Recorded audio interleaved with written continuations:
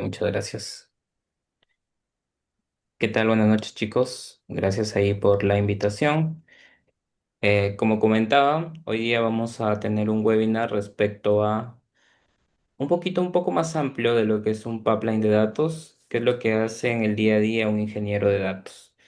Ya, vamos a ir un nivel más arriba para poder explicar cómo implementar súper básico un lakehouse, que cuando ya esto se traslapa al mundo real es mucho más complejo, pero con el ejercicio que vamos a trabajar vamos a poder identificar las principales características de lo que es un lakehouse. Vamos a ver qué arquitectura de referencia podemos trabajar y sobre todo con qué herramienta podemos implementar diferentes casos de uso. En esta ocasión vamos Luis, a... ¿Sí? me permites, por favor, disculpa que te interrumpa. Quería hacer alguna precisión con respecto a la participación. Tenemos ahorita en sala 42 participantes. No sé cuál va a ser tu metodología, si te pueden interrumpir dentro de la exposición o esperamos al final o consideras que deben usar el chat para hacer sus preguntas. Me gustaría que precisaras eso porque yo creo que la comunidad está muy interesada de tu ponencia, pero no quisiera de que podamos salirnos del marco que tú nos puedas referenciar para poder hacer consultas respectivas. Gracias. Vale. En esta ocasión, a mí me gusta mucho conversar y poder resolver las preguntas durante la sesión para mantener el hilo. Entonces, si alguien tuviese alguna pregunta, puede levantar la mano o puede interrumpir sin ningún problema, porque como estoy en la presentación, poco veo el chat. Pero si tú me podrías ayudar de repente, si alguien tiene alguna pregunta por el chat y comentarla, la puedo resolver para poder interactuar y que no sea algo monótono. Sí, no te preocupes, Luis. Yo voy a estar atento al chat y más bien invito a los participantes que están creciendo, ahora ya somos 43.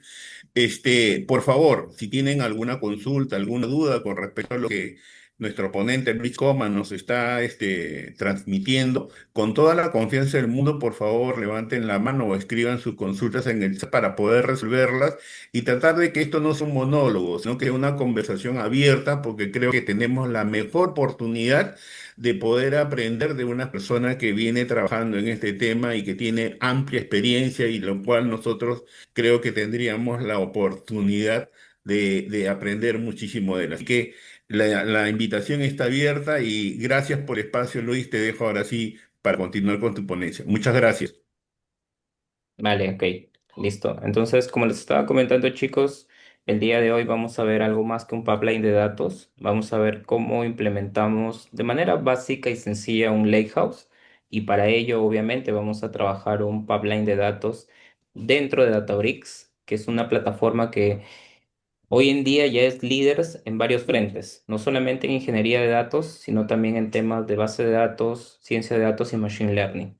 Entonces, hace un par de años yo les decía a los chicos que aprendan sobre estas tecnologías, ¿no? Como Databricks, Spark, para el caso de ciencia de datos, MLflow, pero ahora ya es un poco más mandatorio porque es una tecnología que está imponiendo cuál va a ser la ruta en temas de ingeniería de datos o ciencia de datos, ¿no? Porque es una plataforma líder, es utilizada por muchas empresas a nivel mundial, entonces varias empresas en Perú ya lo están empezando a adoptar. Si bien es cierto, empezó por empresas súper grandes como bancos, mineras, ¿no?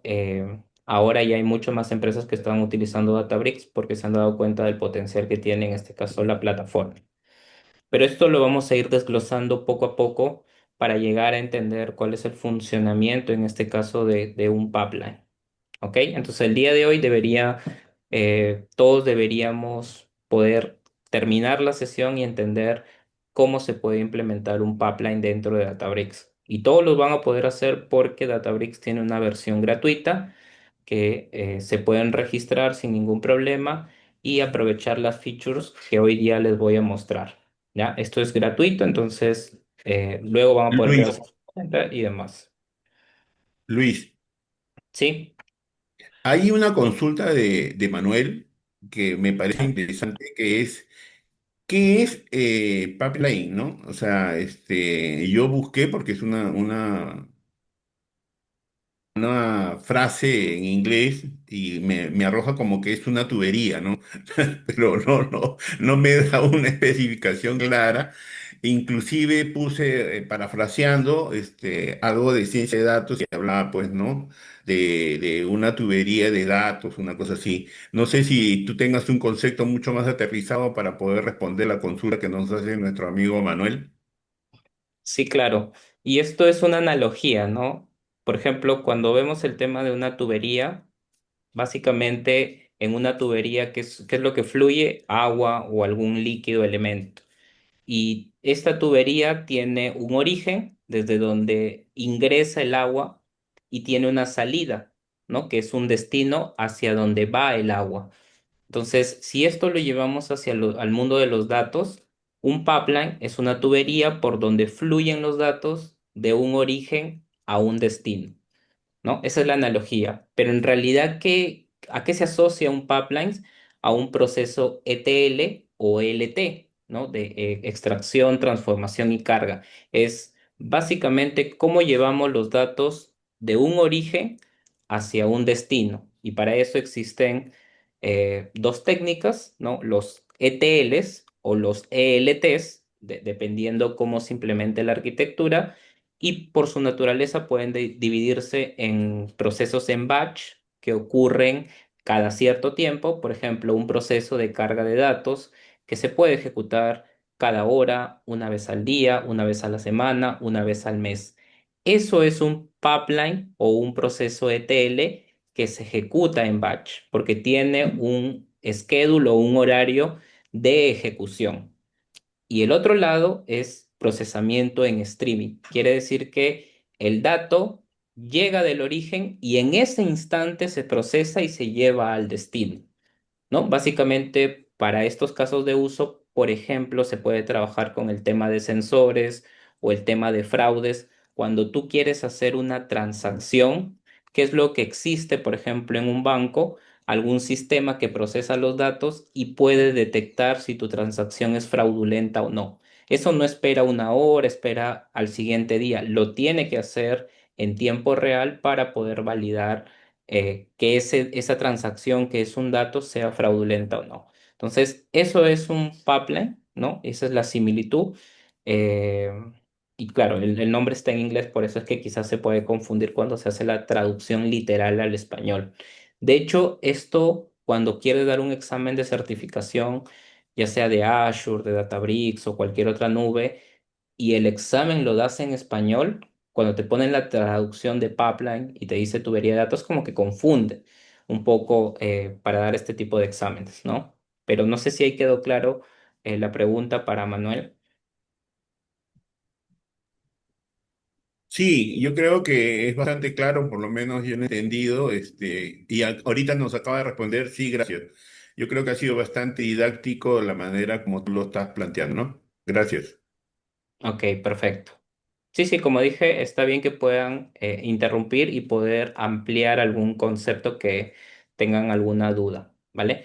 Entonces, vamos a ir, bueno, como parte de la presentación, ya hubo la presentación, yo actualmente tengo un MBA, soy ingeniero de sistemas, trabajo en Yape.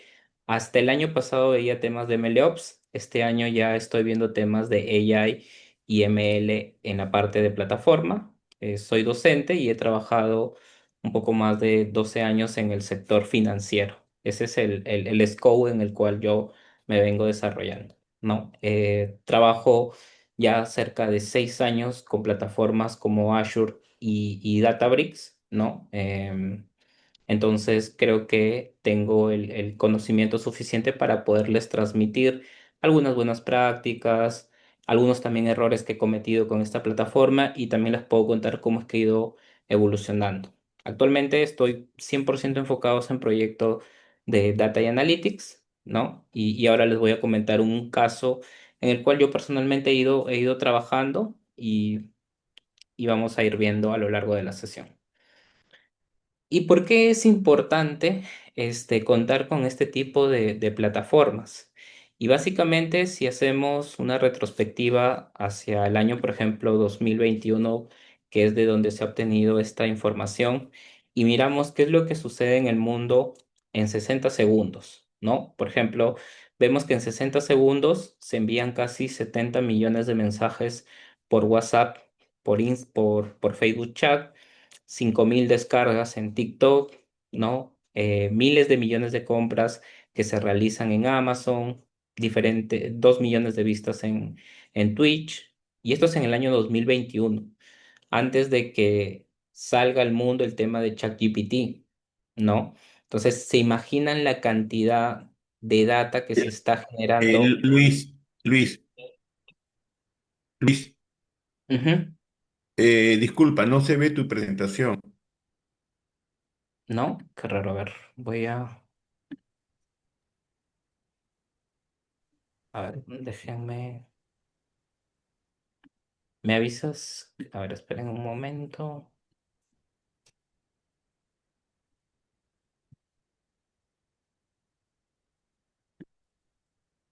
Me dicen que sí se veía, de repente es mi pantalla, no sé. Sí Ahí se está, veía, pero estaba ahí donde fija en estoy. la primer vista. No había como movimiento en los slides de la presentación. ¿Ahora se ve o Ok. todavía no se ve? Sí, ahora sí ya Vemos el lo slide puedo ver. 3. A ver, a ver, déjenme un segundo y ahora lo comparto. Ya, me avisan si se ve, por favor.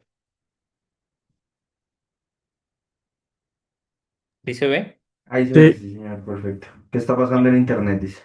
Sí, correcto. Entonces era un poquito lo que les comentaba, ¿no? Que cada vez las empresas, y esto es del año 2021, imagínense ahora, año 2026, cuando ya tenemos ChatGPT y tenemos muchas herramientas para poder generar texto, generar imágenes, generar audio. Esto probablemente se ha multiplicado por 10 o por 20. Habría que tener un estudio un poco más actualizado, pero al año 2021, solamente para darles un ejemplo, se generaban 70 millones de mensajes, ¿no? Si un mensaje pesara 1 KB aproximadamente, que es poco porque tú por WhatsApp o por Messenger puedes enviar audio, video, texto. Entonces, si solamente suponemos que 1 KB equivale al mensaje, estaríamos hablando de que cada minuto necesitamos entre 50 a 60 gigas para poder almacenar la información que están procesando estas empresas. Y esto no es muy distinto a lo que sucede en Perú. Claro, no tenemos volúmenes tan grandes, pero por ejemplo, en el caso de Yape, que es una empresa que tiene cerca de 20 millones de usuarios y constantemente están generando transacciones, interacciones y demás, se tiene una gran volumetría también de datos, ¿no? Y no solamente consideremos datos, la información operacional que se registran en nuestras bases de datos, ¿no? También hay que considerar interacciones, vistas, log que generan cada una de estas aplicaciones, ¿ya? Porque todo eso se traquea, se analiza y luego se toma algún tipo de decisión. Entonces, esto va correlacionado a que cada vez existe más gente dentro de Internet y esto se convierte en un círculo virtuoso para las empresas porque mientras más gente hay en Internet, más interacciones pueden generar, más engagement van a tratar de generar para cada una de sus aplicaciones. Entonces, esto es Big Data y por eso es que necesitamos tecnología, frameworks, herramientas para poder procesar grandes volúmenes de información, ¿no? Eso Luis, es súper importante, sí. mira, justo lo que estás comentando hace sentido con una pregunta que han puesto acá, bueno, no ha puesto su nombre real, dice iPhone de Kevin. Y la pregunta es, profesor, para poder trabajar como ingeniero de datos, ¿sí o sí se requiere del conocimiento de una nube?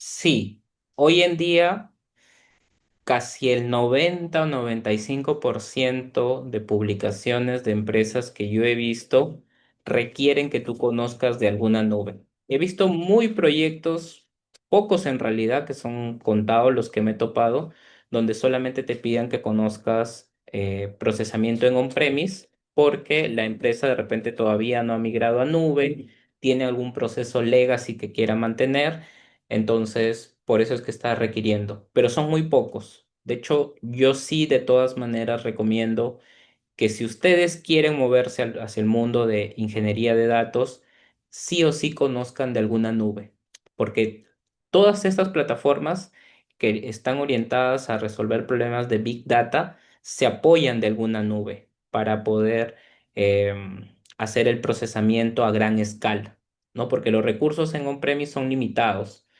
Entonces tendríamos que tener un gran centro de datos para implementar alguna arquitectura o algo para resolver problemas de Big Data. Entonces, sí o sí, tenemos que tener conocimiento de alguna nube. Ahí sí ya va a depender de cuál es la nube que tengamos como preferencia o analizar, por ejemplo, en LinkedIn, ¿no? ¿Cómo está el mercado? En Perú, ¿qué están pidiendo? Más o menos en el Perú, el 40-50% de publicaciones que yo he visto utilizan Azure. Por ejemplo, en el grupo Credit Corp, todas las empresas utilizan Azure. Si en algún momento ustedes quisieran postular a alguna empresa de Credit Corp, BCP, Kulki, Pacífico, Prima, Yape, utilizan Azure. En el caso, por ejemplo, de Interbank, tiene Azure, tiene AWS. En el caso de Intercore, tienen GCP, ¿no? En el caso de Belcore, que también es una empresa grande en cuanto a temas de datos, utiliza AWS. Entonces, tienen que testear el mercado y tienen que sí o sí conocer de nube. Luis, solamente para hacer una pequeña precisión, o sea, y creo que esto es importante, sobre todo los que nos están acompañando el día de hoy, que son jóvenes profesionales, ¿no? A veces tenemos la inquietud de cuando estamos estudiando que apuntar a las empresas más corporativas, las empresas más grandes, ¿no?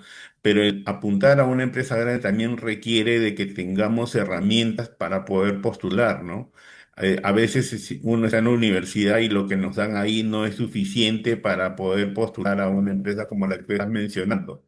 Entonces tenemos que hacer una capacitación paralela de herramientas que nos permitan tener cierta competitividad para poder ser empleables, ¿no? No sé si eso hace sentido contigo, en la experiencia que tienes de muchas personas que puedes estar tú viendo que quieren intentar ingresar a este tipo de empresas, pues, ¿no? Donde tienen la última tecnología y donde siempre van actualizándose, ¿no? O sea, no es que se queden con una sola herramienta, sino están constantemente buscando herramientas y mejorando, porque cada vez que implementan una herramienta, están buscando que ajustar los costos y tener la información mucho más a la mano, ¿no? Sí, de acuerdo ahí con eso. O sea, a diferencia de otras carreras, yo creo que el tema de software, sistemas o tecnología de forma específico, creo que la parte docente debería ser llevado a gente que está en el campo trabajando con estas tecnologías, porque las tecnologías cambian muy rápido, ¿no? Cada vez tenemos nuevos frameworks, tenemos nueva tecnología, los modelos de LLM como Gemini, GPT, están evolucionando muy rápido, ¿no? Tienen capacidades de docentes de posgrado y son herramientas que tenemos a la mano. Pero ¿cuál es la diferencia? Son los casos de uso. ChatGPT no te va a resolver un problema que suceda en tu organización. ¿Por qué? Porque no tiene el contexto.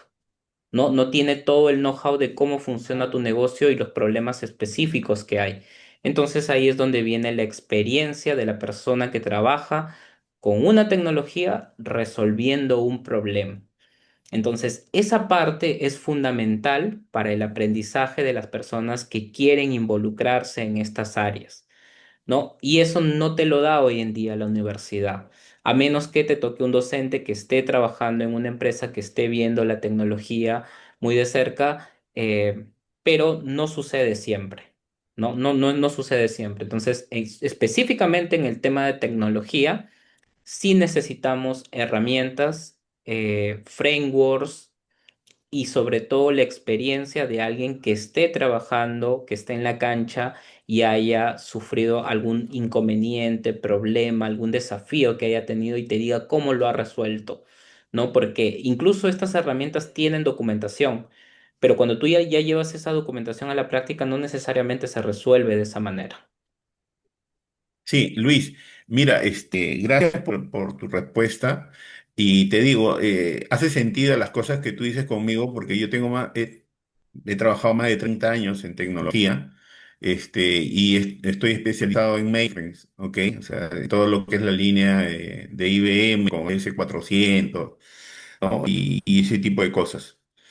Pero ahora me dedico más a las pymes y justo acá Manuel nos está dando una pregunta que para mí, más que pregunta, es un desafío. Y te la quiero transmitir a ti porque creo que tú vas a tener otra mirada que yo tengo y esto creo que es un espacio bonito para poder discutir, siempre centrado dentro de lo que tú estás haciendo, ¿no?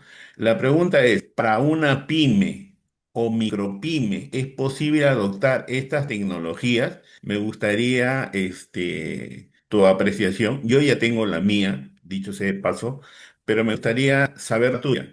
¿No? Para poder de alguna manera también responderle a Manuel la inquietud que tiene, que me parece totalmente válida, ¿no? Claro, en este caso una pyme y una micropyme lo que necesitan es maximizar su rentabilidad. Y muchas veces el tema de cloud hay que tener mucho cuidado porque si bien la teoría nos dice que tener un entorno en cloud es más barato, más eficiente que un entorno en on-premise, pero no necesariamente es así porque necesitamos manejar muy bien los costos que vamos a tener en cloud. Entonces, siempre yo recomiendo de ir de menos a más. ¿Ya? Si nos, o sea, hay cosas que nosotros podemos probar en entornos locales y que luego podríamos replicar en nube. Y usualmente esto deberían hacer las pymes o micropymes. O sea, no te puedes lanzar a la nube sin antes haber probado de forma local algún tipo de tecnología, ¿no? Por ejemplo, si estás trabajando con temas de datos, ¿no? Puedes instalar Spark de manera local, ver cómo funciona el framework, hacer el procesamiento de tus datos para que tengas una idea cuál podría ser el costo cuando esto lo quieras llevar al tema de nube.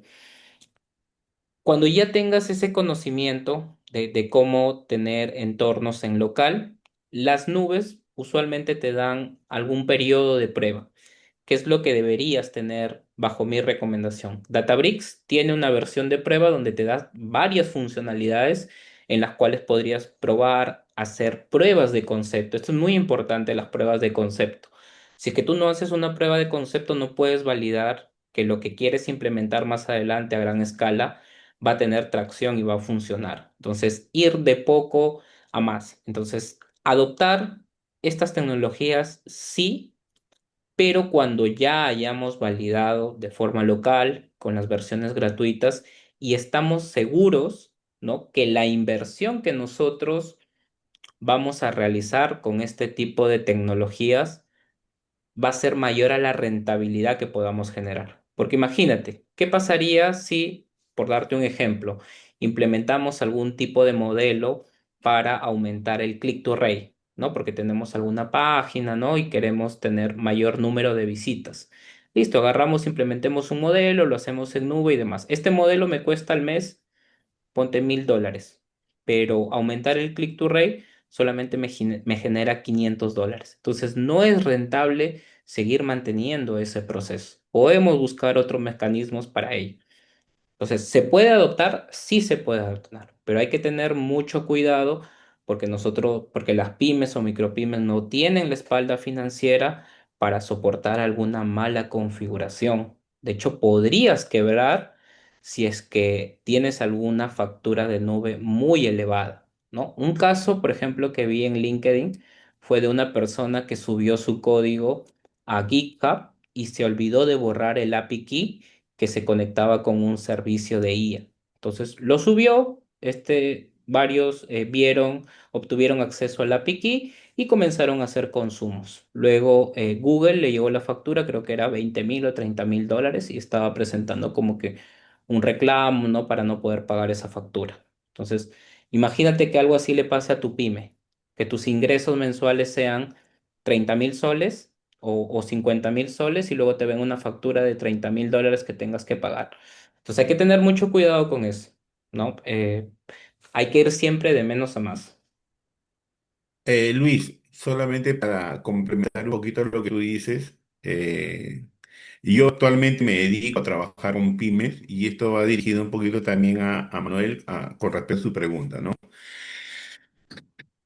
Que podamos implementar este tipo de soluciones, yo creo que sí. Depende de la estrategia que nosotros podamos utilizar. Pero donde sí yo no coincido de que es aplicable es por dos cosas. Primero, que en las micro y en las pymes en realidad no hay una cultura tecnológica. Entonces es muy difícil de hacer este tipo de implementaciones. Normalmente las pymes es dirigida por una sola persona, que es la que toma las decisiones. No es como en el corporativo, que hay áreas específicas y los profesionales que encabezan cada una de las áreas están comprometidos con la actividad que tienen que hacer. En una pyme tomar decisiones, establecer costos. Es más, la pyme por naturaleza no ve una inversión en tecnología, sino lo ve un gasto, cosa que en el corporativo es totalmente distinto. Cada vez que ellos invierten, están haciendo inversiones a futuro porque sabe que van a tener un ROI favorable con respecto a procesos, con respecto a cercanía al cliente, dependiendo cuál sea la estrategia que quieran estar apuntalando, ¿no? Entonces, yo creo que hay un reto ahí bastante interesante con respecto a las pymes para poder hacer que su cultura le enfoque un poquito al tema de la utilización de herramientas tecnológicas, ¿no? Gracias. Ujú. Sí, sí, sí, totalmente de acuerdo ahí. El tema de cultura con tecnología debe estar 100% alineado, ¿no? Si eso no está alineado, de cara a futuro no va a funcionar simplemente. Ok, entonces esto es un poquito para poder entender el contexto de por qué necesitamos herramientas y plataformas, ¿vale? Tenemos data que se está generando constantemente y si se dan cuenta, cada vez los usuarios quieren que todo sea rápido, ¿no? Que si yo hago scroll a un video, este video no me demore en cargar. Que si entro a una página y quiero comprar algo, que el proceso sea más simple. Y lo que están realizando hoy día las empresas es que cada producto, cada servicio que se ponga a disposición del cliente sea algo personalizado. Los clientes hoy día ya no em, toleran, por así decirlo, algo que no sea personalizado con su experiencia. Porque si no, imagínense, tendríamos en TikTok a todos nos aparecería los mismos videos, en Facebook o en Instagram a todos nos mostraría la misma información.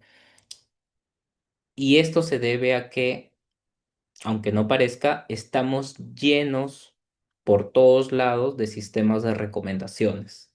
Las empresas sobre todo estas empresas de Big Tech, donde la información que nosotros les brindamos es vital para ellos, implementan sistemas de recomendaciones bastante complejos y sofisticados para poder generarnos una recomendación, un anuncio en YouTube, recomendarnos una película en Netflix, recomendarnos un video en TikTok. ¿Por qué? Porque ellos viven del engagement que puedan generar en sus plataformas. A YouTube no le conviene que tú te salgas de YouTube para que entres a TikTok.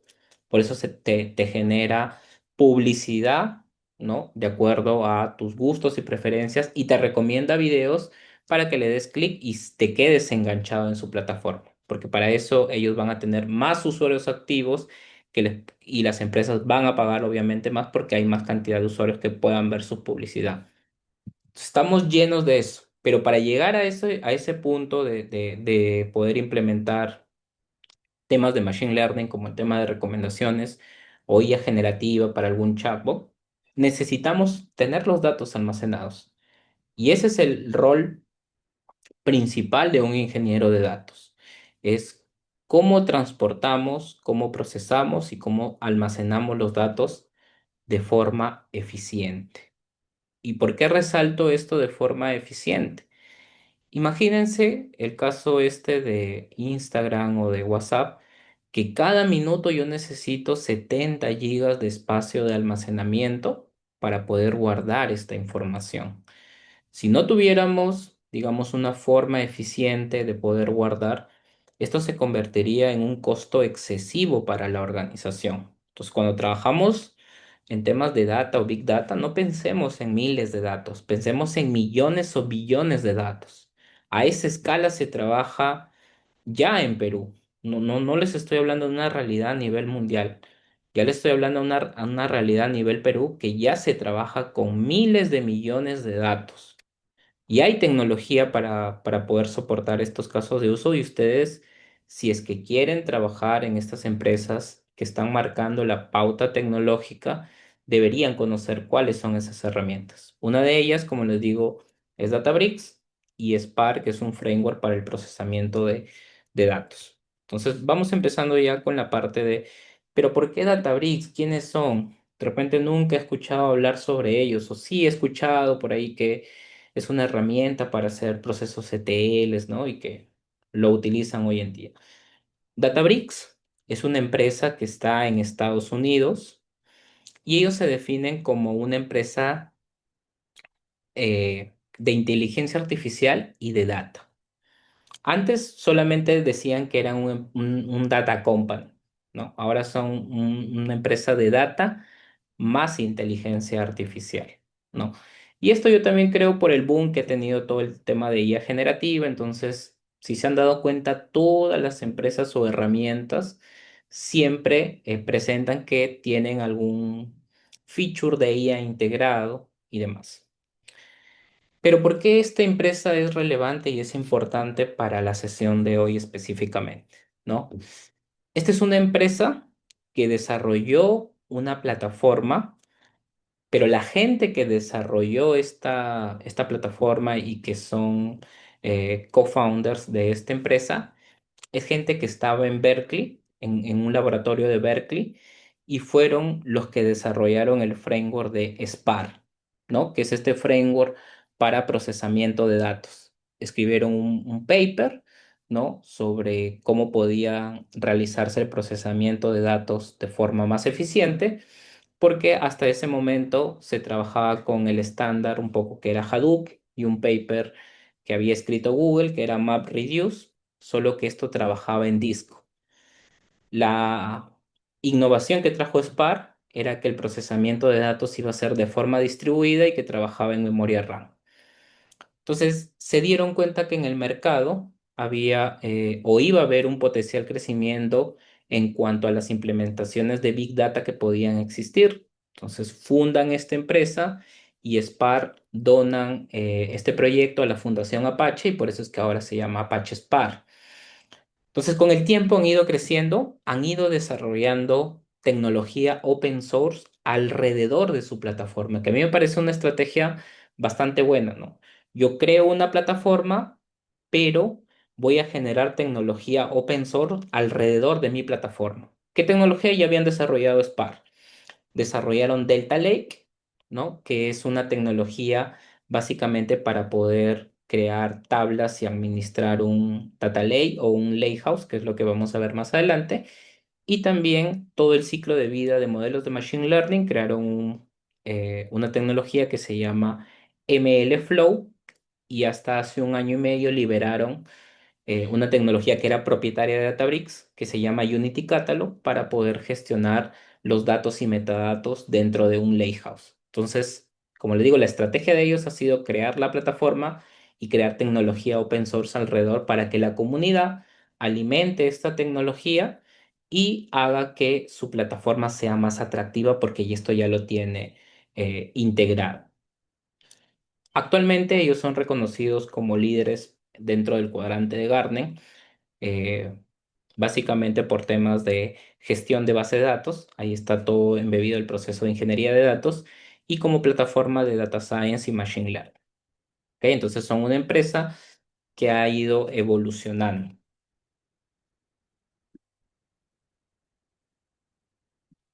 Ok, esta plataforma, y le voy a comentar un poquito cómo ha sido la evolución que ha habido en el mundo y por qué ellos no solamente han creado tecnología, sino han creado un nuevo concepto para para arquitecturas modernas en cuanto a Big Data. ¿Ya? ¿Qué es lo que pasaba en los años 80 y 90 más o menos? ¿No? Que las empresas tenían sistemas transaccionales, ¿no? Tenían, por ejemplo, mi sistema de ventas y mi base de datos de ventas. ¿No? Tenía algún sistema contable o algún sistema logístico y estaba asociado a la base de datos. Pero se dieron cuenta de que tenían silos de datos. O sea, mientras más sistemas tenía la data repartida en más bases de datos. Y no había una forma única de poder gestionar todos los datos de la organización porque estaban repartidos en diferentes fuentes. Entonces es ahí cuando nacen los famosos data warehouse, que estaba diseñado para ver temas de BI, sobre todo para ver temas de generación de reportes, unificar sobre todo las diferentes fuentes de datos que existían dentro de la organización. Y trabajaban con datos estructurados, con bases de datos relacionales, por eso es que tenían esquemas específicos. eh, y esto ya les permitía a las organizaciones que en un solo lugar puedan consolidar la información de las diferentes bases de datos, ¿no? Y esto funcionó bien. De hecho, hasta ahora sigue funcionando bien.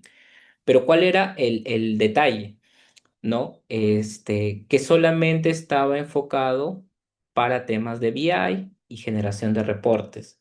Pero cuando ya viene este tema de ciencia de datos, de machine learning, esto se quedaba corto, porque solamente trabajaba con datos estructurados y ahora ya no se necesitaba solamente procesar los datos en batch, ¿no? Antes sí lo hacían, ¿por qué? Porque un banco solamente tenía agencias físicas, por ejemplo, ¿no? Tú ibas al banco de lunes a viernes de 9 a 6 o los sábados de 9 a 1.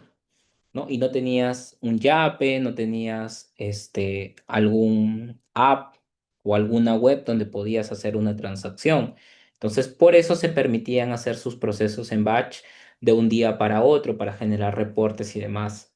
Ahora no, ahora los bancos no paran, ¿no? Las agencias igual cierran, pero tenemos Yape, tenemos el app, tenemos la web, los cajeros y demás, y el usuario en cualquier momento podría realizar algún tipo de transacción. Entonces, ya teníamos otras necesidades en el mercado que teníamos que implementar temas de ciencia de datos, machine learning, temas de streaming.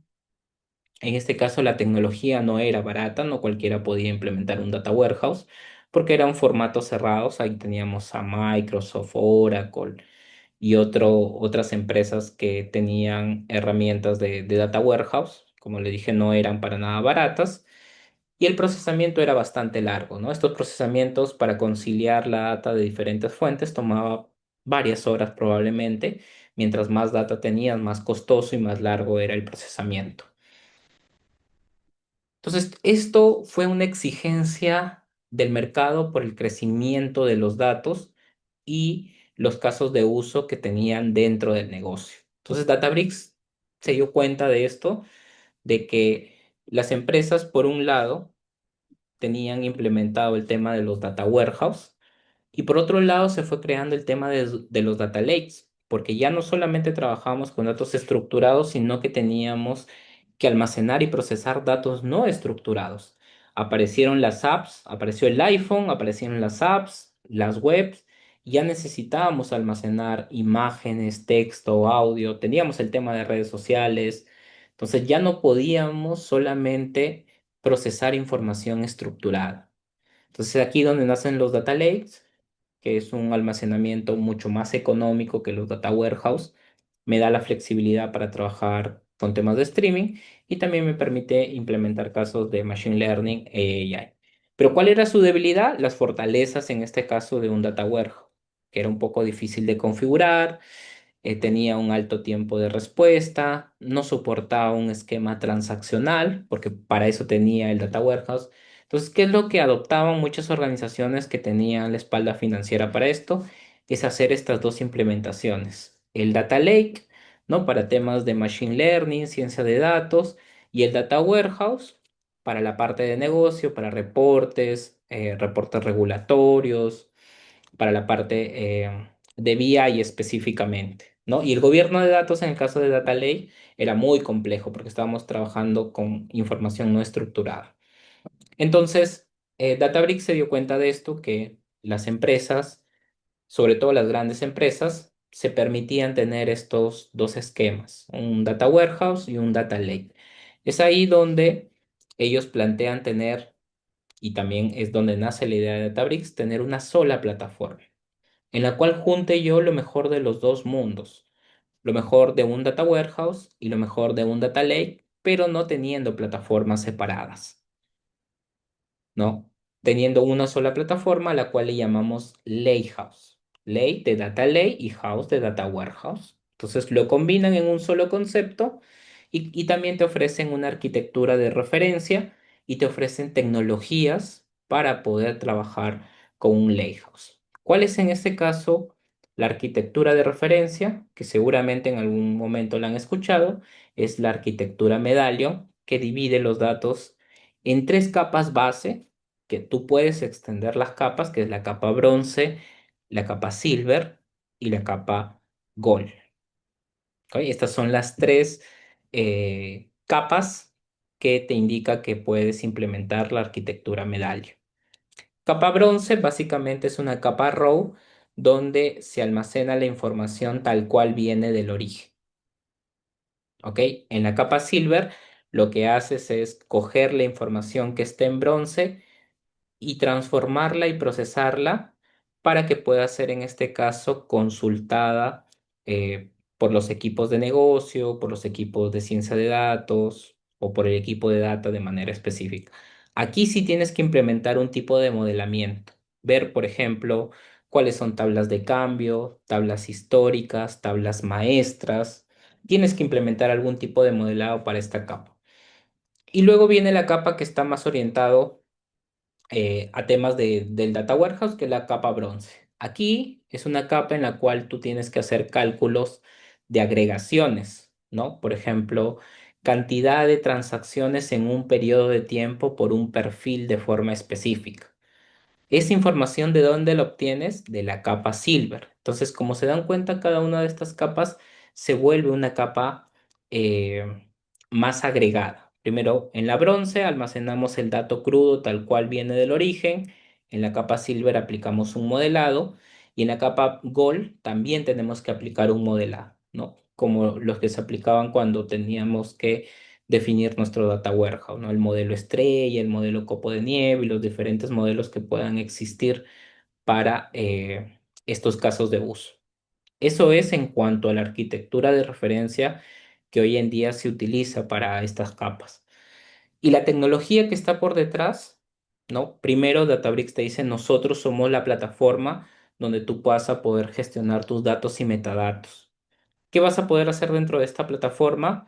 Vas a hacer el aprovisionamiento de tu data warehouse. Te vamos a dar herramientas para que hagas toda la parte de ingeniería. Vas a poder tener procesos de ingesta en batch y en streaming, ¿no? Sin problemas. Luego vas a gestionar y administrar tu base de datos dentro de tu lakehouse. Y para eso te vamos a dar, ya existe la tecnología que es Spark para el procesamiento de datos, pero además hemos desarrollado dos tecnologías que te van a permitir soportar los diferentes casos de uso. Una es Delta Lake, que está basado en el formato open source Parquet. Parquet es un formato open source que te permite almacenar grandes volúmenes de datos de forma eficiente, ¿no? Por ejemplo, los archivos CSV es un formato que almacena la información en filas y columnas, ¿no? Nosotros tenemos diferentes líneas que están separadas por comas. El formato Parquet es un formato columnar. Quiere decir que la información se guarda por columnas, tiene un algoritmo de compresión mucho más eficiente y para darles, por ejemplo, como referencia, la información que puedas guardar en un archivo CSV que pueda pesar 20 megas, si esa misma información la llevas a formato Parquet, solamente pesaría 2 megas. Y tiene los mismos registros. Así, por ejemplo, 100.000 registros en un archivo CSV pesan 20 megas, esos 100.000 registros en formato Parquet pesan 2 megas. ¿No? Utiliza un algoritmo de compresión bastante eficiente, la información se guarda en formato columnar. Entonces, la tecnología Delta que es básicamente la parte de la gestión de la base de datos, se basa en Delta Lake. Ahora también ya tenemos Apache Iceberg, ¿no? Que es otra tecnología open source que se ha propuesto por el tema de Apache, eh, y también se puede utilizar. Delta Lake en este caso se donó a la fundación, a la Linux Foundation, ¿no? Y Iceberg es una implementación de Apache. ¿Qué es lo que ofrece básicamente Databricks? Es ser una plataforma simple, ¿no? Que los diferentes usuarios puedan acceder a la plataforma, interactuar sin ningún problema, implementando casos de uso de inteligencia artificial, ingeniería de datos, machine learning y demás.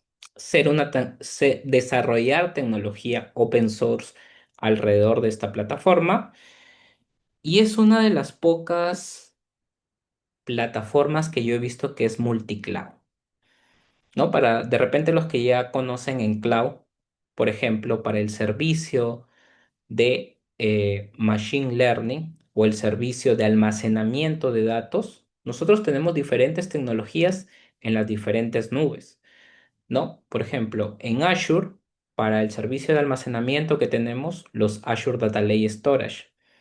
En AWS que tenemos los S3, los buckets. Y en Google que tenemos los Cloud Storage. Entonces, cada nube tiene su implementación para el tema de, del servicio de almacenamiento, incluso para el procesamiento de datos, ¿no? En AWS está Glue, en, en GCP no recuerdo exactamente cuál es el nombre, pero por ejemplo en Azure tenemos Data Factory, eh, y no me acuerdo cómo se llama la otra herramienta que también hay dentro de Azure. Pero en cambio Databricks, al ser una empresa externa a estas nubes, lo que ha hecho Databricks es tener un convenio con estas nubes y decir, ok, mi plataforma que es Databricks, como yo la he concebido, tú la vas a poder ofrecer como servicio en tu nube, pero yo sigo gestionando mi producto. Entonces, Databricks está presente en Azure, en AWS y en GCP. Solo hay un disclaimer, es que las actualizaciones que hace Databricks primero llegan a AWS y a Azure y después ya se implementan en GCP, para que lo tengan en cuenta si es que están evaluando poder tener esta plataforma. Que con el tiempo llegan, sí, solo que se demoran un poquito más en sacar nuevas features. Hasta ahí quiero hacer una pausa para ver si alguien tiene alguna duda o consulta respecto a esto. No sé si me puedes ayudar de repente en el chat si hay alguna consulta. Sí, Luis, no hay ninguna consulta. Parece que todo está claro para la comunidad. Este, Acaban de escribir acá cómo, a ver, Enrique nos pregunta cómo transformar un CSV a paquete, dice, a Parquet, a Parquet. Claro. En este caso, la transformación es bastante sencilla. Se hace con 4 o 5 líneas utilizando Spark. Spark, como dije, es el framework para procesamiento de datos. Y si ustedes entran a buscar eh, dentro de LinkedIn y están buscando una posición de ingeniero de datos, es probable que les pidan que conozcan de Spark.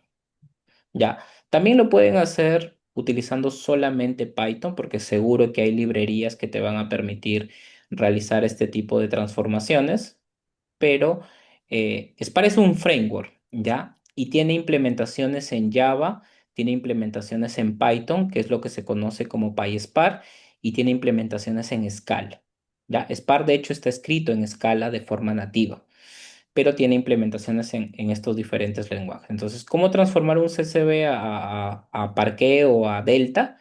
Es utilizando Spark. Y no solamente voy a poder transformar CSV, voy a poder transformar la información que se encuentra en una base de datos o en algún componente en streaming a Parquet o a tablas Delta, pero es utilizando Spark. A ver, ahí hay otra, acaban de escribir otra pregunta, dice. Para un usuario de negocio no técnico, ¿qué recomendaría convertirse en ingeniero de datos o analista de datos, científico de datos? A ver, un usuario de negocio de los tres roles que me comentas, ingeniero de datos, analista o científico de datos, está más ligado, de los tres perfiles, está más ligado a analista de datos. ¿Por qué? Porque como analista de datos es probable que ese usuario de negocio ya conozca de SQL. Entonces, una de las cosas que debería dominar un analista de datos es entendimiento de cómo funciona el negocio, el uso de SQL y el uso de Python para hacer algunos procesos más complejos. Entonces, las dos primeras características como que ya las podría tener ganadas. O sea, al ser un usuario de negocio ya conoce perfectamente cómo es que funciona el negocio, las necesidades de datos que tienes y demás. SQL yo creo que todos los usuarios de negocio hoy día ya lo deberían tener y si no lo tienen, preocúpense, ¿no? Porque básicamente toda la información de las organizaciones ya se encuentra en alguna base de datos y de ahí es donde tienes que extraer los insights. Y luego el tema de Python, la curva de aprendizaje es muy, muy baja, ¿no? Ahora sobre todo que tenemos herramientas como ChatGPT o Gemini que nos hacen esta curva mucho más corta. ¿Cuál es el segundo perfil que está más afín? Es el tema de ciencia de datos, pero ahí sí ya tendrías que llevar cursos más técnicos de estadística, de machine learning, para que puedas entender qué tipo de modelos aplicar en qué casos de uso. El tema de ingeniero de datos es mucho más técnico todavía porque acá, si bien es cierto, requiere ese entendimiento de negocio, eh, todo ese entendimiento de negocio tienes que plasmarlo de forma técnica. Ya, y no necesariamente debes conocer al 100% cómo funciona el negocio. Debes conocer cómo funciona el proceso del lado técnico que quieres implementar. ¿Qué tipo de base de datos? ¿Qué tipo de pipeline? ¿Cómo hacer que ese pipeline sea eficiente? Entonces es mucho más técnico. Pero de que lo puedes hacer, sí, solo que tendrías que llevar alguna especialización o algún curso que esté enfocado a ello. ¿No? No digo que sea imposible, pero sí o sí tendrías que tener este tipo de capacitación mucho más técnica y sobre todo que te pueda acelerar ese conocimiento con ejemplos, con problemas reales, con todo el background que podría tener una persona que ya esté trabajando como ingeniero de datos, ¿no? Eso aceleraría mucho más tu aprendizaje. Luis, tenemos acá otra pregunta de Anderson Encarnación. Dice, buenas noches, profe. ¿Qué tan complejo es que un desarrollador de sistemas dé el salto al análisis de datos? Si no me equivoco. A ver, análisis, sí, análisis de datos. Yo creo que un desarrollador de sistemas la transición es mucho más fácil que alguien de negocio, porque un desarrollador de sistemas ya está habituado al tema de escritura de código y ya debería conocer a un nivel intermedio, creo yo, el tema de SQL. Entonces, en el análisis de datos vas a requerir desarrollar, en este caso, un desarrollador de sistemas, lo que vas a requerir es mejorar tus skills en cuanto al conocimiento de negocio, porque la parte técnica ya la dominas, ¿no? Y la transición creo que es menos friccionada que alguien de negocio pase a ver el lado técnico. Entonces, la transición, incluso a un perfil de ingeniero de datos, me ha tocado ver hace un tiempo que le dimos la oportunidad a un backend pasar como ingeniero de datos y lo hacía bastante bien porque él ya escribía código, ya sabía cómo optimizar, ya conocía de Python. Entonces, la transición es mínima, ¿no? Hay cosas nada más que mejorar, pero igual seguimos desarrollando software, solo que orientado a datos. Luis, yo te quiero hacer una consulta un poco basada en la experiencia y el conocimiento que tengo de esto que tú estás comentando. Primero, ¿a qué le denominas tú un usuario de negocios? Porque yo te puedo comentar que me ha tocado en alguna oportunidad hacer algunas evaluaciones y me ponían un usuario de negocios, ¿no? Y cuando yo conversaba con esta persona, Sí, era un usuario de negocio, pero del área de ventas, del área de marketing, del área de almacenes, del área de logística. Y para mí eso no es un usuario de negocio, es un usuario de área, ¿no? Pero no de negocio, porque para mí un usuario de negocio es el que conoce la organización, ¿no? ¿Por qué? Porque Claro. sabe bien qué es lo que pasa en cada una de sus unidades, pero a veces utilizamos mal ese cliché de cargo que tenemos para poder representar una actividad. No sé si lo que te comento ha sentido con lo que yo te digo, ¿no? Sí, y es bueno poder aclarar ese punto. Lo que pasa es que hace un tiempo algunas organizaciones de medianas a grandes implementaron una forma de trabajo que trajo Spotify, ¿no? Que era trabajar con tribus y squads, donde cada squad estaba conformado, por ejemplo, por un product owner, un líder técnico, y esto ha ido evolucionando un poco. Y dentro de estos grupos de trabajo tenemos a la parte técnica y a la parte de negocio. La parte técnica, por ejemplo, en un equipo de data podría estar conformado por equipo de ciencia de datos, machine learning, data engineers y demás. Y la parte de negocio, ¿a quién le llamamos? A la parte que ve el desarrollo del producto de ese squad. Por ejemplo, ¿no? Supongamos un banco. Un banco tiene diferentes canales, ¿no? Tiene agentes, cajeros, ventanilla. Entonces, existe un equipo de trabajo para desarrollar cada uno de esos productos o canales.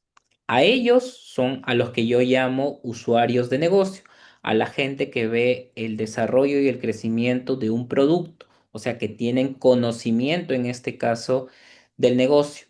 Y aquí ya varía un poco el perfil o el nombre que se le conoce a estas personas, ¿no?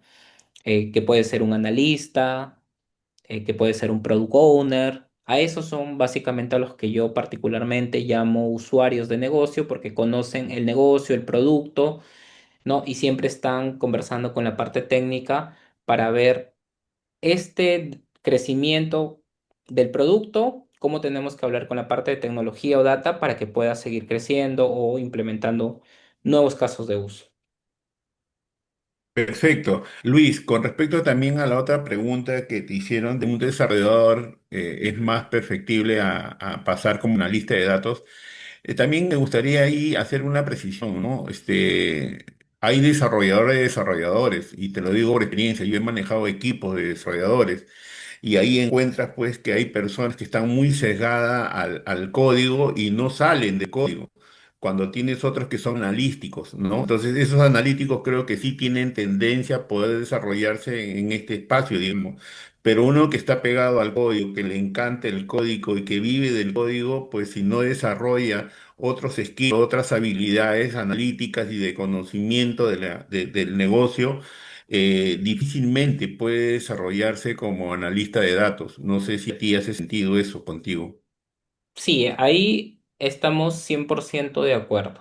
Una de las características para trabajar específicamente en tres perfiles de data que son analista de datos, científico de datos o MLE engineer, necesitas tener ese skill de análisis, ¿no? Entendimiento de los datos, del negocio y demás. Si no tienes ese conocimiento, va a ser muy difícil, ¿no? Incluso también para el tema de ingeniería de datos, que son cuatro, esos que me estaba olvidando. Si a ti te apasiona el código y solamente te enfocas en el código, y quieres explorar el tema de trabajar en un equipo de datos, el perfil que es más afín a ti es justo uno de los equipos que yo actualmente lidero, que es el equipo de MLOps Engineer, porque ahí desarrollamos, es un perfil medio complejo, pero está más enfocado al desarrollo solamente de código. No, no digo que no necesites tener el tema de análisis, pero eso es más fuerte en temas de ciencia de datos, machine learning, ingeniería de datos, como es lo que comentabas. Pero los MLOps Engineer sí están más enfocados a la escritura del código, están más pegados a un perfil de software engineer. Pero el skill de análisis, yo particularmente lo valoro mucho en cualquier rol que tú tengas, ¿no? Porque eso te va a servir para tener un mejor contexto del problema que quieres resolver, Porque no solamente se trata de escribir código, se trata de resolver un problema escribiendo código. Entonces tienes que tener cierto criterio y análisis para resolver el problema. Así es, y ahí hay que desarrollar esas habilidades. Acá tengo otra pregunta de Andrea Quispe. Nos dicen, buenas noches. ¿Cuál es más demandado, ser un ingeniero de datos o un data science? A ver, em, los dos son roles que hoy son muy demandados. Pero ¿qué es lo que veo yo con el rol de Data Science? Es un rol que está evolucionando y hoy día tienes dos perfiles en el mercado. Tienes el rol de Data Science y tienes el rol de Machine Learning Engineer, ¿no? Y ustedes me dirán, pero ¿cuál es la diferencia? ¿No? Y a veces trazar la línea entre uno y otro perfil para algunas organizaciones es un poco complejo porque tienen cierto traslape. O sea, el científico de datos y el MLE están en la capacidad de poder desarrollar modelos, ¿no? Cualquier tipo de modelos de recomendaciones, de propensión, de riesgos o lo que fuera. ¿Cuál es el plus del MLE? Es que no solamente ve el desarrollo de modelos, ¿no? Que es toda la parte de investigación, de ver cuál es el mejor modelo, cuáles son los mejores parámetros, de dónde obtengo la data y demás, sino que tiene un plus más de que este modelo tiene la capacidad de poder llevarlo hasta un entorno productivo, desarrollar algún microservicio, desarrollar un framework, desplegar el modelo, entonces tiene conocimientos de software y también puede tener conocimientos de DevOps para poder desplegar ese modelo. Ya, ese es el plus. Entonces yo creo que en un mediano plazo el rol va a evolucionar y se podría fusionar en uno solo que podría ser el MLE, porque el científico de datos podría estar en la capacidad también de poder hacer estos tipos de despliegues. Pero en cuanto a cuál es más demandado hoy en día, ¿no? El rol de MLE, hay mucha demanda y creo yo poca oferta. No es que encuentres un MLE que esté desempleado, usualmente se los llevan de una empresa hacia otra. Me ha tocado ver en algunos equipos una alta rotación de estos perfiles porque es un perfil muy atractivo. El tema de ingeniero de datos también es muy demandado, pero hay mucha más oferta. Ya hay más oferta que en el caso de ciencia de datos y de MLE, pero igual sigue siendo un perfil muy demandado. Ahora, algo que yo he visto a lo largo de estos 5 o 6 años que vengo trabajando en proyectos de data es que no existe o no podríamos implementar temas de machine learning, data science o IA generativa si es que no tenemos los datos organizados y estructurados, si no tenemos estos datos sobre todo curados, ¿ya? Y para eso se necesita tener un perfil de ingeniero de datos. Creo que esta parte es fundamental si luego queremos dar el salto a poder implementar ciencia de datos o machine learning. Entonces, tiene para rato este rol, es un rol demandado. Ahora, ¿cómo te diferencias entre todas las personas que hay en el mercado? ¿No? Viendo qué frameworks, qué tecnologías, qué herramientas, ¿no? Están utilizando las grandes empresas, no solo en Perú, sino a nivel mundial. Una de las pocas cosas que yo veo de ingenieros, ¿no?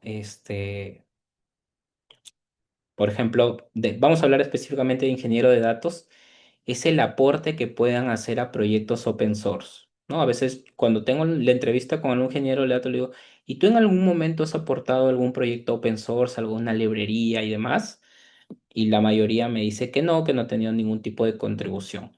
Eso te destaca mucho bajo mi percepción, porque estás tú aportando a una comunidad eh, global, ¿no? No solamente estás siendo consumidor de una tecnología, ¿no? Sino que también estás aportando al desarrollo de una tecnología que luego va a ser utilizada por millones de personas, que esa implementación que tú has realizado va a estar puesta en alguna otra empresa que no necesariamente es donde tú trabajas. Entonces, eso tiene un gran valor.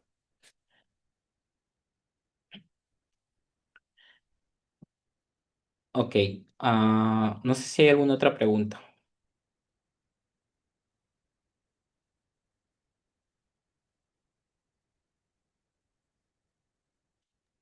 A ver, Luis, por acá nos escribe Freddy Mendoza. Este, no sé si esté dentro de lo que tú vas a presentar. Dice, buenas noches. ¿Habrá alguna explicación práctica de Databricks? Sí, sí, ahora vamos a pasar a ello, pero primero quería dar un poco el contexto y vamos a ver algunas features que tiene Databricks y vamos a explicar un caso de uso específico. ¿Vale? Listo. Ok. Entonces, esto era el contexto. Ya hemos indicado qué es Databricks, qué herramientas podemos utilizar dentro de Databricks. Está soportado para código Python, Scala, Java, código R. Está basada en Apache Spark y podemos integrar diferentes librerías, ¿no? Y también está diseñado para que trabaje en diferentes perfiles. Estos son básicamente los componentes que tenemos dentro de Databricks. Básicamente son cuatro componentes para el tema de ingeniería de datos. Primero, el tema de los notebooks, que básicamente es el espacio de trabajo donde vamos a escribir el código en cualquiera de estos lenguajes de programación que hemos visto, Python, Scala, R, o SQL. Los jobs, que básicamente son herramientas dentro de Databricks que nos van a permitir crear tareas para poder ejecutar este código, ¿no? A esto es lo que podemos llamar jobs, workflows, pipelines, ETLs o demás. Y tenemos la parte de los clusters. ¿Qué son los clusters? Es el cómputo dentro de Databricks para poder ejecutar el código en Python, SQL, Scala o demás. Ya, lo demás tiene que ver con otros perfiles que son los de Machine Learning o lo de análisis de datos, pero cuando tenemos a Databricks vamos a explicar quizás un poquito mejor para que se entienda. Esta es una arquitectura de referencia, cómo podríamos trabajar Databricks dentro de Azure. Por ejemplo, tenemos servicios que están en cloud, servicios de streaming o incluso de otros data warehouse, ¿no? Dentro de Databricks tenemos un espacio colaborativo para trabajar con los diferentes perfiles. Podemos tener jobs que los podemos configurar que se ejecuten cada cierto tiempo en streaming bajo tecnologías como Spark y que todo esto va a ser el input para temas de Machine Learning, herramientas de BI o algunas otras herramientas. Ok, acá había una pregunta, dice, entre todas las nubes, si aprendo, por ejemplo, Azure cuando migre a AWS similar o se debe aprender todo desde cero. En el caso de Databricks, la respuesta es no, porque Databricks es una plataforma multicloud. Entonces, lo que aprendas en Azure, cuando te vayas a AWS, van a haber algunos cambios que no están presentes en AWS, pero los conceptos fundamentales de notebook, cómputo, jobs van a ser los mismos. Pero en el caso de otros servicios, sí. Básicamente, a nivel conceptual van a ser lo mismo, pero cómo implementas esa herramienta en cada nube, eso sí va a cambiar. Y tendrías que entrar a la documentación. O sea, el servicio de almacenamiento en Azure, como decía, son los Azure Data Lake Storage. En AWS son los Bucket S3. Entonces tendrías que ver en cada uno cómo es que implementas este servicio, cómo se utiliza, qué tipo de configuración puedo hacer y demás.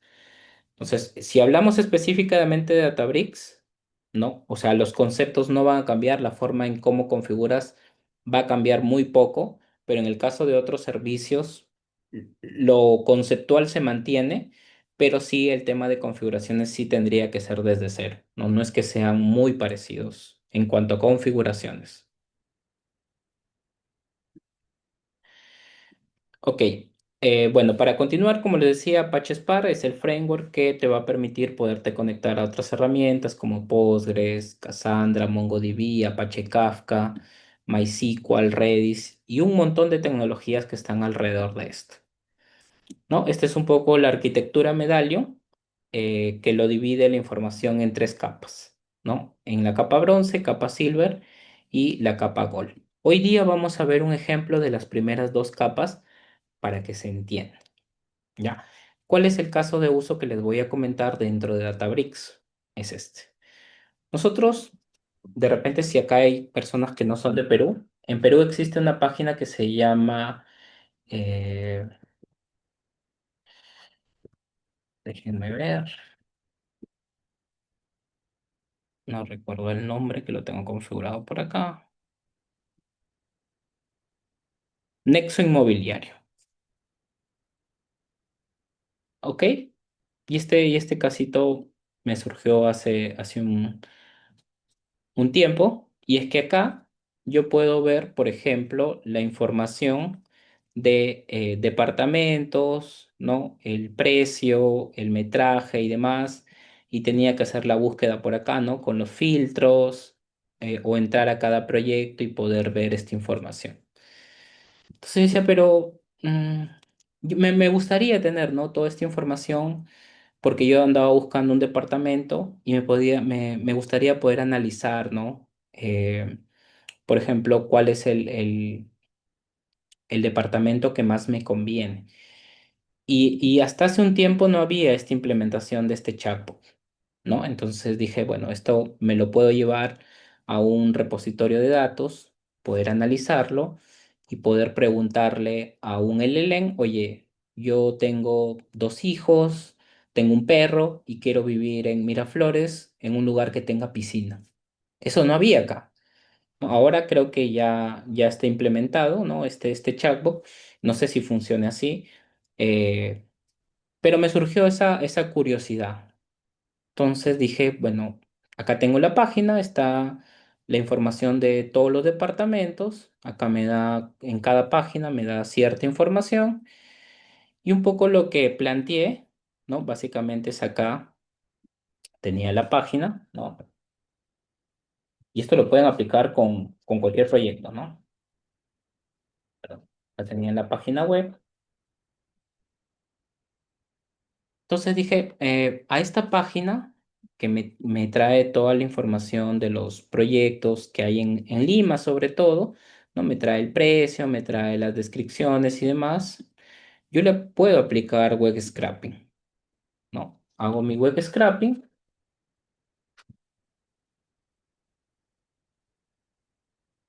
y puedo obtener la información que tengo en esta página, ¿no? Creo que si en algún momento hemos sido curiosos, ¿no? Hemos podido implementar algún tipo de web scraping. Y para los que no, ¿qué es web scraping? Básicamente es hacer esto. Acá no sé dónde puedo ver, pero es básicamente ver el código HTML de una página web y poder extraer del código HTML, poder extraer los datos, ¿no? Acá bueno. Ahorita les enseño un poco en el código. Entonces, con el web scraping, ¿qué es lo que hice? No dije, bueno, voy a hacer web scraping de esta página web y esta página web al momento de hacer web scraping, ¿qué me va a devolver? Me va a devolver un documento HTML, ¿no? Un documento HTML. Entonces me puse a analizar un poco y dije, ¿puedo yo implementar una arquitectura basada en Lighthouse para poder obtener la información de esta página web y tratar de hacer un modelamiento en capa bronce, capa silver y capa gold, ¿no? Y eso es lo que vamos a ver ahora dentro de Databricks.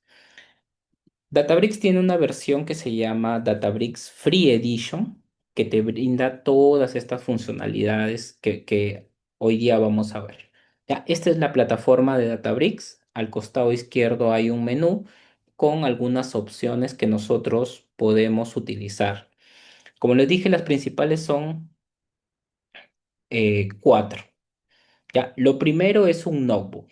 ¿Qué es un notebook? Si nosotros nos vamos acá debajo de la opción de Databricks, una vez que nos creamos la cuenta y demás, podemos ir acá, le damos clic y acá hay algunas opciones para poder crear dentro de Databricks. Un modelo, una aplicación web, incluso podemos crear aplicaciones web dentro de Databricks. Una alerta, un pipeline de tele. En este caso nosotros vamos a crear un notebook, que es básicamente donde yo voy a escribir el código. ¿El código en qué lenguaje? Recuerdan acá que les dije que nosotros podemos escribir código en Python en SQL, en Scala y en R, ¿no? Su compañero ahora me preguntó cómo convertir un archivo CSV a Parquet. Acá también tenemos un asistente. Miren, acá en cada celda, este notebook está compuesto por celdas. Esta es la celda uno, yo puedo agregar diferentes celdas, ¿no? Esta es la celda 2 y puedo ejecutar cada celda de forma independiente. Su compañero me preguntó cómo convertir un, un archivo CSV a Parquet. Entonces, nos podemos apoyar acá de la IA, ¿no? Por ejemplo, escribe el código para convertir un archivo CSV a Parquet. Y esta herramienta ya viene integrada dentro dentro de Databricks. Es una IA que tiene Databricks, como le dije, más o menos son 3, 4 líneas. Acá lo he hecho en 2 líneas. ¿Utilizando qué? Utilizando Spark. ¿No? Spark, este es PySpark, ¿no? Porque estoy utilizando Python. Lo que indica acá es utilizar Spark para que haga la lectura de un archivo CSV, le indica la ruta donde está tu CSV, le indicas que la primera fila es una cabecera y que va a ser una inferencia del esquema, ¿no? Y luego este data frame, ¿no? Que es el resultado de esta función de Spark, la vas a guardar como archivo Parquet de esta manera, dataframe.gray Parquet y le indicas en qué ruta. Nada más. Entonces, esta IA que tiene Databricks nos va a ayudar a escribir el código. ¿Y cómo es que se ejecuta este código? Este código se ejecuta gracias al cómputo que nos ofrece Databricks. Para los que hemos trabajado, por ejemplo, con Google Colab, es muy similar, ¿no? Que acá tenemos un cómputo, ¿no? Este es el cómputo que nos da Databricks de forma gratuita para poder ejecutar este código. Y si vemos acá la configuración, ¿no? Es un cómputo estándar de 16 gigas de RAM que lo podemos ampliar hasta 32. ¿Ya? Ese es el cómputo que nos ofrece Databricks. Entonces, esto es un notebook y esto es el cómputo para ejecutar código en Python, R, SQL o demás. Bien, ¿qué es lo que hice yo en este caso? Y es lo que les voy a mostrar ahora. Déjenme ver, Power.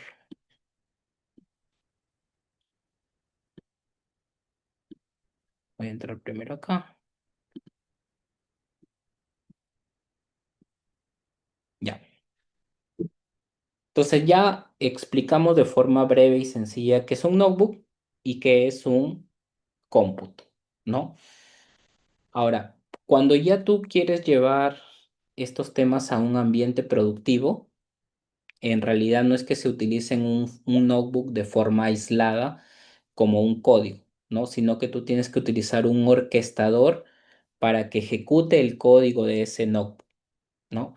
En este caso, yo creé un job dentro de Databricks que tenía dos tareas, como pueden ver acá. Si yo me voy a la parte de Jobs y Pipelines, tengo un job que se llama WASI, porque así le puse el nombre a este proyecto, y este job tiene dos tareas que se ejecutan. Cada tarea, en este caso, ejecuta un notebook y lo ejecuta ¿con qué cómputo? Con el cómputo serverless. Si yo le doy a clic acá, voy a ver la configuración de esta tarea, ¿no? Este es el nombre que tiene. ¿Qué es lo que va a ejecutar? Va a ejecutar un notebook. ¿Con qué cómputo lo va a ejecutar? Con un cómputo serverless, ¿no? Esta es mi tarea para que ejecute el web scraping, esto que le comentaba. Hacer el web scraping y guardar la información en una tabla bronce, ¿ya? Esto es lo que hace la primera tarea de mi job.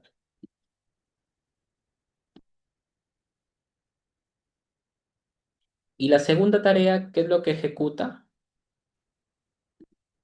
Una vez que guardo la información en mi tabla bronce, ¿no?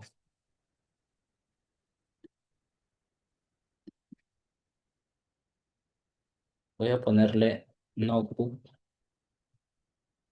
web scrapping y a este le voy a colocar notebook transformación. Este notebook transformación, ¿qué es lo que hace?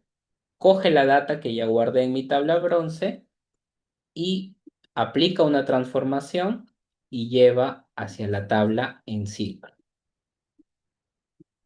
Ya, entonces tengo un notebook que hace web scraping a la página de, en este caso de Nexo Inmobiliario, guarda la información en una tabla en bronce, luego ejecuta otra tarea que tiene un notebook que coge la información que está en la tabla en bronce y la guarda en una tabla en Silver. Entonces, y a todas estas dos tareas, vamos a poner otro color, es un job, ¿ya? Que es lo que les estoy mostrando acá. Un job, en este caso, está compuesto por dos tareas. Primero, por el código para ejecutar el web scraping y luego para hacer una transformación. Y esto, y este job se ejecuta todos los días a las 8 de la mañana. O sea, yo ya no me tengo que preocupar, ya lo dejé programado para que esta tarea todos los días se ejecute a las 8 de la mañana. ¿Ok?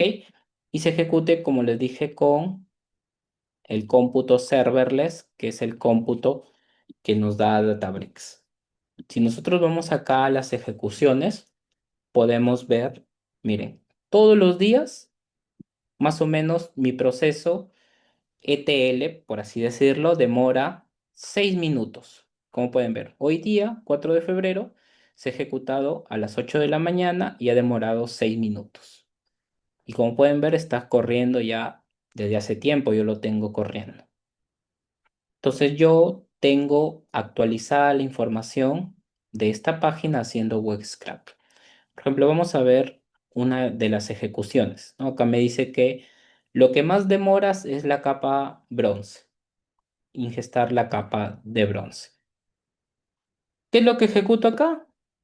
Primero las librerías que voy a utilizar en este caso, que son Request, Response y Beautiful Soap para hacer toda la parte del web scrap, ¿no? Acá importo las librerías, tengo una función que simula que yo fuera un navegador para conectarme a la página web. Tengo una función para obtener todos los links y parsear el código HTML, ¿no? Un código bastante sencillo, como ustedes pueden ver, ¿no? Donde obtengo la información de los departamentos. Claro que para eso yo ya tengo que haber analizado el código HTML y demás, ¿no? Y luego utilizo el tema de SPAR para poder esa información que estoy guardando, que estoy analizando el HTML. ¿Qué es lo que hago? Yo defino una estructura, un esquema de la tabla donde yo voy a guardar esta información, ¿no? Y simplemente después llamo a las funciones, obtengo todos los departamentos, entro a ver cada uno de los links y toda esa información la guardo en una tabla delta que está aquí, ¿no? ¿Pero qué es esto? Workspace Default Apartments. Ya. Recuerdan que yo les mencioné que Databricks trabaja con la tecnología de Unity Catalog. Si ustedes han trabajado con una base de datos en Postgres, la jerarquía en una base de datos Postgres es base de datos, esquema, tabla, ¿no? Tienen la base de datos Postgres, el esquema public y las tablas que ustedes definan. En este caso, esta es la base de datos, por así decirlo, el esquema y el nombre de la tabla. ¿Dónde yo encuentro esta información dentro de Databricks? La encuentro acá. Si me voy a la parte de catálogo, acá me va a listar en My Organization todas las bases de datos que yo haya definido. Cuando ustedes empiezan a trabajar con Databricks Free Edition, por defecto ya van a venir estas dos bases de datos. La base de datos Workspace y la base de datos del sistema en este caso. Dentro de la base de datos System, ustedes van a tener un esquema que es el default, que es un esquema por defecto. Y dentro de esa base de datos por default, ustedes van a poder crear tablas o vistas o lo que requieran dentro de Databricks. Entonces, ¿cuál fue la tabla que yo creé? Fue esta. Miren, y algo interesante acá. Nosotros acá podemos analizar la información de esta tabla. Nos dice, tu tabla en este caso no tiene una descripción de la tabla.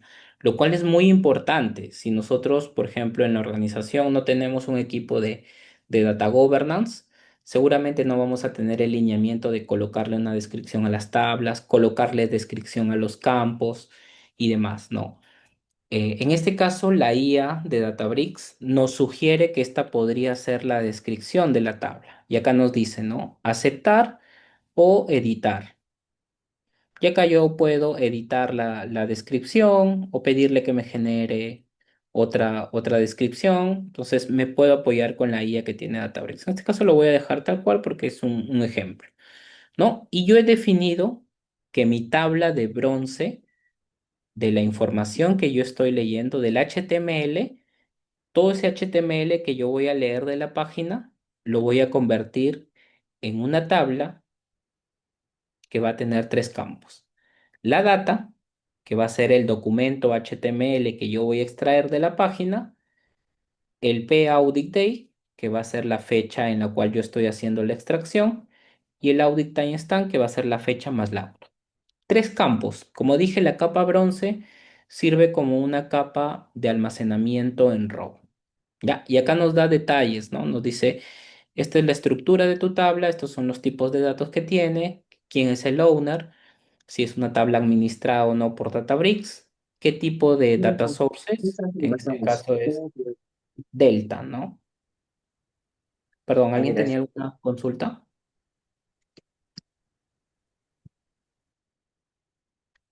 Ok, ya, este es un overview de la tabla, en este caso, ¿no? Y el cómputo, para poder ver la información de esta tabla, todo en Databricks se consume mediante cómputo, ¿no? Estos son metadatos de las tablas. Estos no son los datos. Si nosotros quisiéramos ver los datos de ejemplo, acá hay otra pestaña que dice Sample Data. Y acá nos dice, para poder ver los datos de esta tabla es necesario que tengas encendido o activado un SQL Warehouse. Este SQL Warehouse es otro tipo de cómputo en Databricks. Es un cómputo exclusivo para ejecutar solamente código SQL.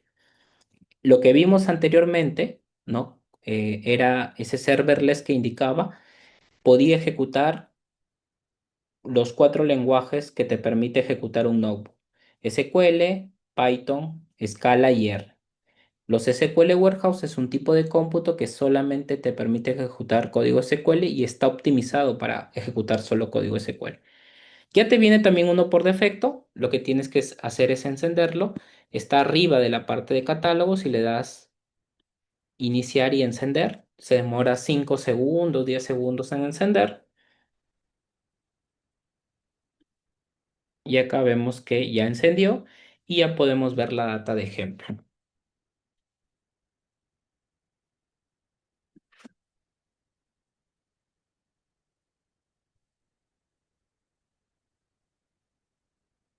Vamos a ver. Bueno, esto demora un poquito en cargar.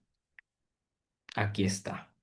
Miren, si yo voy acá a la columna data, acá yo tengo el documento HTML, ¿no? En este caso, de la página. ¿Esto es entendible para un usuario si quisiera hacer algún análisis? No. Miren, o sea, es un solo campo donde está todo embebido, que sería un poco complejo entenderlo.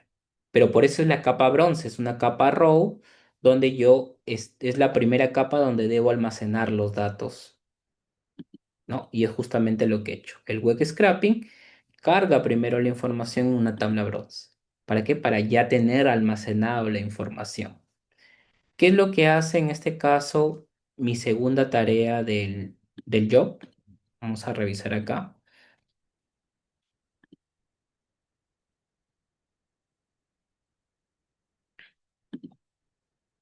Yo tengo dos tareas. Primero, hacer el scrapping en la parte de bronce y luego la parte de silver es mucho más sencilla. Solamente lo que hago es definir una estructura, ¿no? Acá le digo, sabes que todo lo que está en bronce lo vas a transformar en silver y va a tener todos estos campos, ¿no? Leo la información utilizando SPAR, leo la información que está en bronce ¿no? Aplico un parseo y luego hago alguna transformación simple, ¿no?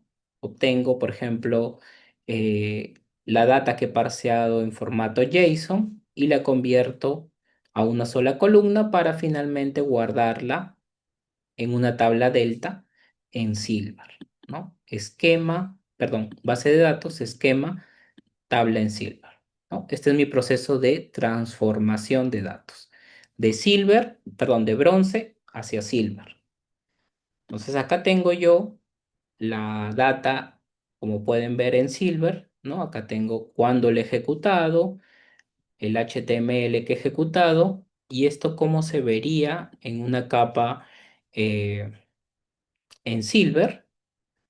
Como pueden ver, acá ya tengo las columnas que yo necesito analizar a partir de la capa Silver. Por ejemplo, si voy acá a la parte de data de ejemplo, acá yo ya tengo separado, miren, la URL, el ID del proyecto, el contacto, el teléfono, ¿no? La URL del tour, el distrito donde se encuentra. Entonces acá yo ya puedo analizar cuántos proyectos activos hay en Jesús María, San Borja, Surco, pero todo eso yo lo tengo que ir modelando. Tengo que ver la estrategia de cómo el código HTML, ese código HTML extenso que puede tener una página, primero me lo llevo a la capa silver, luego me lo llevo a la capa, perdón, primero me lo llevo a la capa bronce, luego me lo llevo a la capa silver, ¿no? Y finalmente lo podría llevar a una capa gold para hacer ya temas de datos agregados, ¿no? Y acá yo ya puedo hacer análisis de información.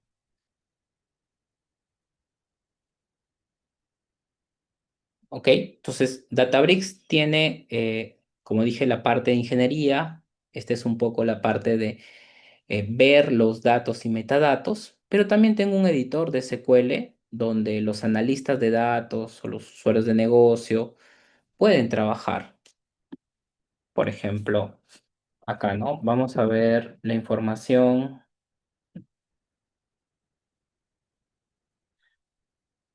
de Silver.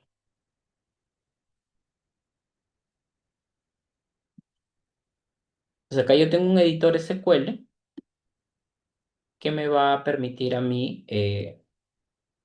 como en cualquier herramienta para gestionar mi base de datos, ¿no? Me voy a poder ejecutar el código SQL, me va a traer los resultados y también los voy a poder analizar, ¿no? Acá me dice que hay 827 filas, el tiempo que se ha demorado es menos de un segundo, 0,96, y acá yo puedo ya ejecutar cualquier tipo de query, ¿no? Por ejemplo, acá tengo proyectos, distrito, perdón, ¿no? Yo si quisiera tener, por ejemplo, ordenar, ¿no? Por distrito, la mayor cantidad de proyectos por cada distrito. Miren, incluso hasta acá me lo completa, ¿no? Perdón.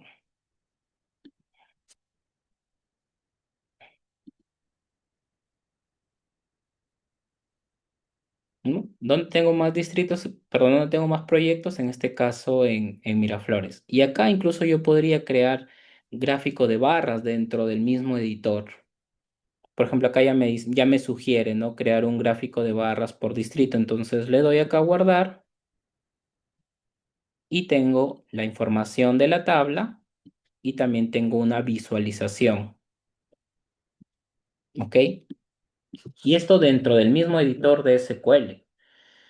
Ahora, si ustedes ya están trabajando de repente con algún equipo de negocios o algún equipo de analistas, quiere crear algún tipo de dashboard para analizar esta información, también lo puede hacer. Databricks tiene dashboards que no son tan robustos ni complejos como los que podemos encontrar en Power BI o Looker, pero tiene una herramienta para crear dashboard. Por ejemplo, acá vamos a replicar el mismo dashboard, ¿no?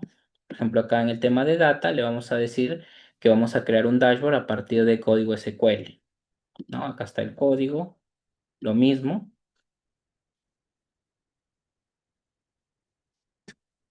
y acá tenemos la información.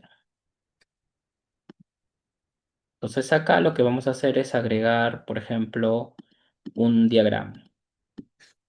Lo voy a agregar acá. De hecho acá, miren, la IA ya me sugiere algunos tipos de diagramas.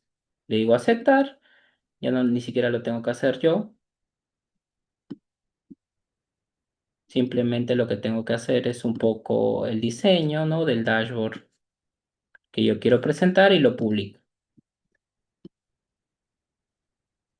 Sí, le voy a decir que todos los usuarios van a tener el acceso y listo, ¿no? Y acá vamos a ver la publicación del dashboard y ya tengo un dashboard. Y acá yo puedo agregar los diferentes diagramas que quiera en base a los datos que yo tenga dentro de mi Lakehouse, ¿no? Entonces, de esa manera es como podemos trabajar dentro de Databricks, trabajar un lakehouse, ¿no? Hemos visto primero como la parte de ingeniería, implementamos todo el tema de aprovisionar el lakehouse y luego alguien que puede ser un analista, cómo exploro yo la data que ya tengo cargada dentro de mi lakehouse, ¿no? Entonces vemos como que lo mejor de estos dos mundos. Y bien, chicos, esto es lo que les quería compartir el día de hoy. Espero de verdad que les sirva, que puedan explorar esta tecnología, bueno, esta herramienta y las tecnologías que están alrededor, porque son gratuitas, ¿no? Esto que yo les he mostrado no nos cuesta nada. Estamos a unos 2 o 3 clics de registrarnos en Databricks y empezar a utilizar esto. Eso sería, muchas gracias a todos. No sé si hay alguna consulta o duda. Luis, muchísimas gracias por tu participación. Más allá de haber compartido el conocimiento, creo que queda muy claro la manera práctica que has utilizado la herramienta.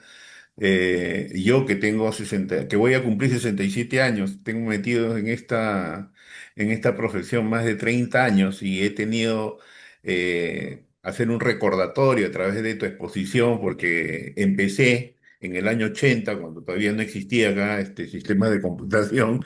Y he visto dentro de la trayectoria los data warehouse, por ejemplo, ¿no? He participado en su construcción, en su metodología, he trabajado en banca, en retail, en salud, y he podido un poco aprender o volver al conocimiento de esas épocas que me tocó trabajar en el área de desarrollo. Por eso que te he hecho los comentarios que te decía, ¿no? He tenido gente que era muy analítica, gente que era muy operativa, que a los que yo les denominaba mis bomberos, ¿no? Donde había un incendio lo mandaba y yo sabía que eso estaba solucionado. Pero también tenía gente que era muy analítica y que se tomaba su tiempo para poder encontrar una solución a un problema específico, ¿no? Gracias por por tu participación, gracias por habernos compartido tu experiencia. Yo creo que todos nos vamos, con bastantes enseñanzas y nada, estaremos próximos a poder nuevamente compartir contigo quizás algún otro tema de la especialización que tú tienes, ¿no? Te agradezco mucho. Acabo de compartir, chicos, con todos ustedes la encuesta para que puedan registrarse y a través de ella poder obtener el certificado, ¿no? En estos momentos voy a compartir mi pantalla para darle los últimos mensajes de Data Science. Así que gracias, Luis. Estamos en una próxima oportunidad, compartiendo otra vez tarima y compartiendo conocimiento. Gracias. Listo, muchas gracias a ustedes por la invitación. Que tengan todos muy buenas noches. Hasta luego. Chao, chao. Gracias. Bueno, ya hemos compartido con nuestro ponente, Richie Coma. Ya hemos desarrollado también dentro de las actividades las consultas. Simplemente mencionarles que tenemos una beca del 50%. Ahí tienen el QR para que ustedes se puedan registrar. Recuerde que tenemos 4 programas especializados: Data Analysis, ¿no? Básico intermedio, Data Science o Data Sciences, básico intermedio, Data Engineer, ¿no? Básico intermedio y el Bootcamp de análisis de datos, ¿no? Que es ideal para conversar desde cero, como se dice, ¿no? Cada uno de ellos cuenta con un proyecto final y su certificación. Estamos empezando ahora en febrero. Los que quieran información respecto a esto pueden contactarnos a través del WhatsApp, que es el 977-468-023. ¿Ok? Y nada, gracias. Nos estaremos viendo en una nueva oportunidad. Por mi parte, eso ha sido todo. Espero que haya sido de mucha utilidad también para ustedes.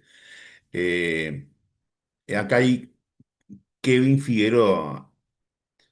Se puede llevar directamente Data Science o recomienda contar con otros cursos. Sí, mira, si tienes dudas, lo dije al inicio de la presentación, te invito a ingresar a la página web de Data Science, ¿ok? En la cual vas a poder hacer un test inclusive. O sea, los que estamos acá y tenemos alguna duda con respecto a qué curso nos alineamos mejor, hay un test específico que es muy sencillo. Yo lo acabo de hacer y es muy sencillo, muy didáctico y te va a permitir al final tener un resultado que te oriente a qué línea de especialización de ciencia de datos puedes comenzar, ¿no? Espero de que eso haya sido de total agrado de todos ustedes. Espero poder compartir con ustedes en una nueva sesión, con un nuevo ponente, con una nueva actividad. Y nada, los invito a suscribirse a Data Science y nos estamos viendo en una próxima oportunidad. Agradezco mucho a ustedes por su participación y apoyo a estos eventos que lo hacemos con el mayor cariño, con el mayor aprecio y siempre buscando compartir el conocimiento. ¿Ok? Muchísimas gracias. Nos estamos viendo pronto.